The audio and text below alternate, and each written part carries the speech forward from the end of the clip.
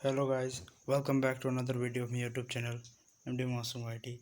तो आज का वीडियो जो है वो आपका जो आज क्योंकि आज इंटरमीडिएट का फिज़िक्स का एग्ज़ाम हुआ था, तो आज फटाफट अपने आंसर्स को चेक कर लीजिए जो ऑब्जेक्टिव क्वेश्चन थे कि आपने कितना सही किया। ठीक है, चलिए वीडियो को शुरू करते हैं। पहला क्वेश्चन क्या कहता है, dimensional formula of epsilon not.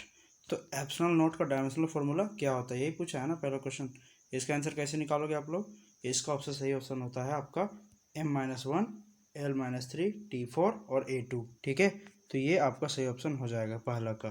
दूसरा नंबर, ठीक है, according to Gauss's law of electrostatics, Gauss's law के हिसाब से क्या कहता है कि जो इलेक्ट्रिक फ्लक्स होता है वो आपका Q/एप्सिलॉन नॉट के क्या होता है, प्रोपोर्शनल होता है। ठीक है, तो ऑप्शन बी हो जाए आपका सही हो जाएगा। क्वेश्चन नंबर 3 में क्या कहता है, कहता है the number of electrons for 2 Coulomb's of charge. हम लोग इससे पहले जब मैं प्रीवियस वीडियो बनाया था उसमें बताया था कि 1 कूलम चार्ज में 6.25 इंटू 10⁻18 इलेक्ट्रॉन्स होते हैं, लेकिन यहाँ पे 2 कूलम चार्ज पूछा है, तो 2 कूलम्स में आपका निकालने का तरीका ये हो जाएगा। ठीक है, आपका बी नंबर सही हो जाएगा 3 का। Question number 4, if the distance between two plates of a parallel plate capacitor is half, its capacity will be.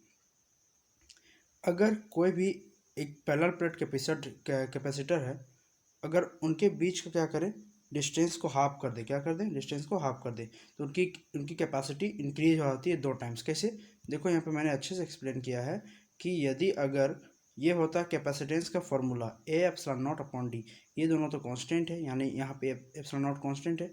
Half क्या कर रहा है, दोनों के बीच का डिस्टेंस, अब हाफ करेंगे तो ये ऊपर चल जाएगा, तो क्या हो जाएगा 2 टाइम्स ऑफ A/0। यानी यहाँ पे इससे ये साबित होता है कि कैपेसिटी जो है डबल हो जाती है। ठीक है, क्वेश्चन नंबर 4 का हो गया आंसर। 5 पे देखिए क्या कहता है, क्वेश्चन नंबर 5 कहता है the electric potential at a point inside a charge spherical shell is constant. यानी कांस्टेंट हमेशा होता है, कोई भी एक स्फेरिकल शेल के अंदर इलेक्ट्रिक फील्ड जो होता है वो अंदर में क्या होता है, जीरो होता है, लेकिन उसकी इलेक्ट्रिक पोटेंशियल कांस्टेंट होता है। और ये क्वेश्चन रिपीट भी है। ठीक, क्वेश्चन नंबर 6 क्या कहता है, the electric field and the potential of an electric dipole vary with distance R. यानी इलेक्ट्रिक फील्ड, ठीक है, ई, और आपका पोटेंशियल दोनों कैसे करता है, दोनों कुछ इस प्रकार डिक्रीजिंग मतलब आता है, डिस्टेंस वेरी करता है 1/r³ एंड r² के साथ वेरी करता है। ठीक है, क्वेश्चन नंबर आगे बढ़ते हैं, क्वेश्चन नंबर 6 हो गया। क्वेश्चन नंबर 7 की ओर, Kirchhoff's loop rule is directed consequence of law of conservation of momentum charge energy. तो एनर्जी पे बेस है, जबकि किरचॉफ्स जंक्शन लॉ यानी फर्स्ट लॉ वो आपका चार्ज पे बेस्ड था। ठीक है, इस बात को ध्यान रखना था। चलिए देखते जाइए वीडियो को, लाइक और सब्सक्राइब करते रहना। ठीक, देखो क्वेश्चन नंबर 8 क्या कहता है, a charge particle has drift velocity 4.2 into 10⁻⁴ metre per second in electric field 2.1 into 10⁻⁻10 volt per metre. Its mobilities, mobility क्या होता है, मोबिलिटी ऑफ इलेक्ट्रॉन क्या होता है, ये किसी भी चार्ज का म्यू को मोबिलिटीज दिखाते हैं। ये होता है drift velocity per unit area पे, जितना कोई वेलोसिटी इलेक्ट्रॉन घूमता है उसी को मोबिलिटी कहा जाता है। इसको निकालने का तरीका देखो, मैंने इसे यहाँ पे अच्छे से एक्सप्लेन किया है, आप यहाँ से देख सकते हो। ठीक है, वीडियो को, तो इसका सही ऑप्शन हो जाएगा 2 इंटू 10⁻⁶ मीटर स्क्वायर वोल्ट पर सेकेंड। ठीक, चलो क्वेश्चन नंबर 9 देखो फटाक से, the magnetic force F on a current carrying conductor of length L, an external magnetic field B is given by। कैसे निकालेंगे, इसका फॉर्मूला होता है ये, यानी F इज इक्वल टू, एक मिनट, क्या होता है, F is equal to I into L cross B. ठीक है, ये फॉर्मूला होता है मैग्नेटिक फोर्स का, तो आपका सही ऑप्शन थर्ड हो जाएगा 9 का। क्वेश्चन नंबर 10 का आंसर कैसे निकालोगे, देखो यहाँ पे मैंने निकाल रखा है, क्या बोला है, a circuit of radius r 10 centimetre. ठीक है, क्वेश्चन नंबर 10 का आंसर क्या हो जाएगा आपका 2.0 इंटू 10⁻³ टेस्ला, यानी फर्स्ट ऑप्शन। देखो यहाँ पे मैंने निकाल दिया अच्छे से। ठीक, वीडियो लॉन्ग हो जाएगा इसलिए एक्सप्लेन नहीं कर रहा हूँ। Which of the following is not correct about the magnetic field. Magnetic field पे कौन सा यहाँ पे से ऐसा ऑप्शन है जो गलत है, तो देखो क्या बोलता है, विच ऑफ द फॉलोइंग कौन सा है, the magnetic field lines of a magnetic field continuous loops, बिल्कुल बनाता है, ये कोई मैग्नेट पे ये कंटिन्यूस लूप्स फॉर्म करते हैं आपस में। ठीक है, इधर से इधर, जबकि तो ये 4 नंबर आपका सही हो जाए, क्योंकि मैग्नेटिक फील्ड कभी भी आपस में इंटरसेक्ट नहीं करते हैं, ठीक है। तो इससे 4 हो जाएगा सही। आइए क्वेश्चन नंबर आगे बढ़ते हैं। क्या कहता है क्वेश्चन नंबर आपका 12, ठीक है। क्वेश्चन नंबर 12 क्या कहता है, magnetic lines of a force inside a bar magnet. तो किसी भी बार मैग्नेट के अंदर में उसका जो डायरेक्शन होता है मैग्नेटिक लाइन्स ऑफ फोर्स का, वो from south pole to north pole, जबकि बाहर में नॉर्थ टू साउथ होता है, ठीक है। ये गलती मत करना, हो सकता है किसी का किया होगा। तो अब देखो यहाँ पे बोला है, ये अर्थ मैग्नेटिज्म से है। The vertical component of Earth's magnetic field at a place is √3 times the horizontal component. The value of angle of dip, angle of dip निकालने का फॉर्मूला ये होता है, टेन डेल्टा को एंगल ऑफ डिप कहा जाता है, ठीक है। देखो यहाँ पे मैंने निकाल दिया है, अच्छे से देख लो। एंगल आएगा आपको 60 डिग्री, ठीक। चलो क्वेश्चन नंबर आगे बढ़ते हैं। कौन सा है क्वेश्चन 14 नंबर, देखो क्या बोला है। The magnetic flux links with a coil of n turns of area of cross sections A held with its plane parallel to the field B is given by 0, ठीक है, हमेशा 0 होता है। Question number 15, direction of currents induce in a wire moving in a magnetic field is found using. अगर कोई current है, ठीक है, करंट कैरिंग वायर है, मैग्नेटिक फील्ड पे अगर जा रहा है, तो उसका करंट का डायरेक्शन कैसे पता चलेगा। तो उसका करंट डायरेक्शन निकालने के लिए आपको फ्लेमिंग्स राइट हैंड रूल लगाना पड़ेगा। क्वेश्चन नंबर 16, क्वेश्चन नंबर 16 क्या कहता है, देखो। The if number of turns in a primary and secondary coils is increased to 2 times the mutual inductance, so किसी म्यूचुअल इंडक्टेंस होता है नंबर ऑफ टर्न्स पे डिपेंड करता है।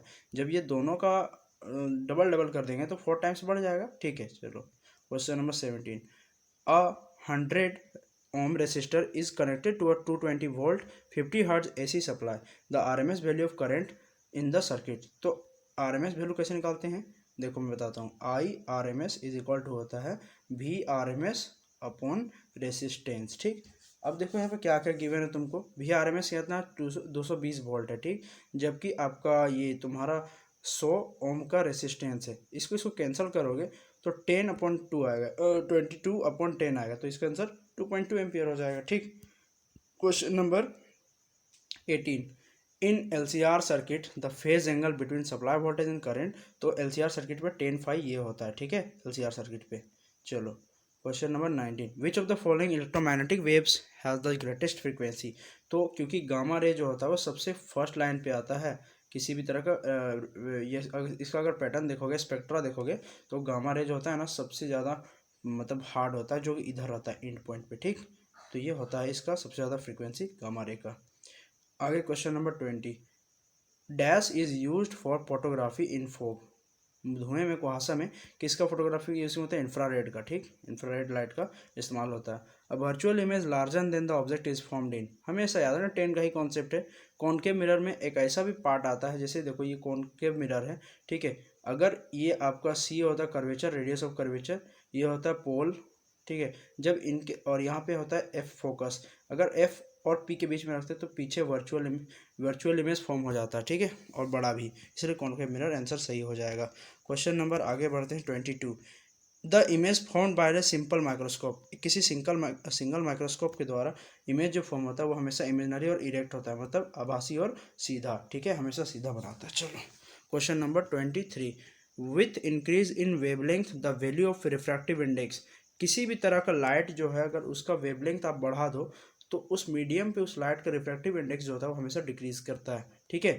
आगे question number 24, the concept of secondary wavelets was given by Huygens के द्वारा, मतलब हाइगेंस के द्वारा सबसे पहला सेकेंडरी वेवलेट का कॉन्सेप्ट दिया गया था। Question number 25, two wave whose intensities are in the ratio of 9:1 produce interference, the ratio of maximum and minimum intensity will be। इसका सही फार्मूला होता है इंटेंसिटी निकालने का, आई फर्स्ट का और आई सेकेंड का। तो फर्स्ट को प्लस सेकेंड को जोड़ दीजिए मैक्सिमम के लिए, और मिनिमम के लिए आई प्लस आई माइनस को जोड़ दीजिए। तो इसका सही ऑप्शन हो जाएगा 4:1 आ जाएगा आपका, रही सही रेशियो, ठीक। क्वेश्चन नंबर 26 क्या कहता है, देखो। A ray of light is incident on a glass plate at an angle of 60 degree. If the refracted and reflected rays are mutually perpendicular, then the refractive index of material is। तो इसका सही option हो जाएगा refractive index आपका √3 हो जाएगा, ठीक। Question number 27, which of the following metals has minimum work function. Work function जो आपका फोटो इलेक्ट्रिक इफेक्ट पे, जो कि आपका उसमें आपको आइंस्टाइन का पढ़ना था फोटो इलेक्ट्रिक इक्वेशन, ठीक है, इज इक्वल टू mc² वाला में था, जहाँ पे तो आपका सोडियम का सबसे लेस होता है वर्क फंक्शन, ठीक है। क्वेश्चन नंबर 28 क्या कहता है 28, the ratio of a de Broglie wavelength associated with two electrons accelerated by 25 volt and 36 volt. तो ये आपका सही होगा। इस रेशियो पे सबसे पहले ग्रेटर को ऊपर रखते हैं और लेस को नीचे रखते हैं, ठीक है। चलो क्वेश्चन नंबर 29 क्या कहता है, the bore models of atom. Bohr model जो है 11th का ही कॉन्सेप्ट है। तो बोर मॉडल में क्या कहता था एटम्स के बारे में कि it predicts continuous emission spectra for atoms, ठीक है। ये स्पेक्ट्रा पे कंडीशन प्रोवाइड करता था। आगे question number 30, SI unit of Rydberg constant r is.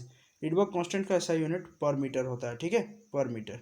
Question number 31, mean life of a radioactive sample is 100 second, then its half life. तो half life इसका कैसे निकालोगे, इसको निकालने का तरीका है वो काफ़ी लॉन्ग है। तो ये 69.3 सेकेंड होगा इसका half life. In 88 R radium 26 nucleus there are, कितने हैं इसके अंदर, 138 प्रोटॉन्स एंड 88 न्यूट्रॉन। याद रखना ये जो दिखाते हैं न्यूट्रॉन्स को, यहाँ पे दिखा रहे न्यूट्रॉन्स को, ठीक है। तो इसका 138 प्रोटॉन्स एंड 88 न्यूट्रॉन्स, आपका फर्स्ट ऑप्शन सही हो जाएगा। क्वेश्चन नंबर 33 क्या कहता है, Zener diode functions always reverse bias पे काम करता है ये, ठीक है। चलो question number 34, as temperature increase the resistance of semiconductor. किसी भी तरह का सेमीकंडक्टर, जैसे गैलियम हो सीजियम हो, ये दोनों सेमीकंडक्टर है। अगर टेम्परेचर हम लोग बढ़ा रहे हैं, क्या करें, टेम्परेचर को बढ़ा दे रहे हैं, तो इनका जो रेसिस्टेंस है वो घट जाता है, जबकि कंडक्टिविटी बढ़ जाती है, ठीक है, इसीलिए डिक्रीजेस करेगा। क्वेश्चन नंबर लास्ट 35 है।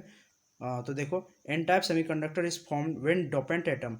जब भी एन टाइप फॉर्म करेगा तो एन टाइप किस में क्या होता है, 14 वाला ग्रुप में, और इसमें अगर 13 डाल देते हैं तो एक इलेक्ट्रॉन का कमी हो जाता है। अब जब एक इलेक्ट्रॉन कमी होगा तो क्या होता है इसमें कि ट्राइवेलेंट एटम जब ऐड करते हैं तो एक इलेक्ट्रॉन बाहर जाके मूव करता है, और इस कारण सेमीकंडक्टर जो है इलेक्ट्रिसिटी को कंडक्ट करने लगता है। तो ये थे आज के आंसर्स। तो आई होप आपने बहुत ही अच्छा एग्जाम दिया होगा। कमेंट करके बताना आपका कितना सही हुआ है, ठीक है। चलिए मिलते हैं फिर नेक्स्ट वीडियो में, तब तक के लिए बाय बाय।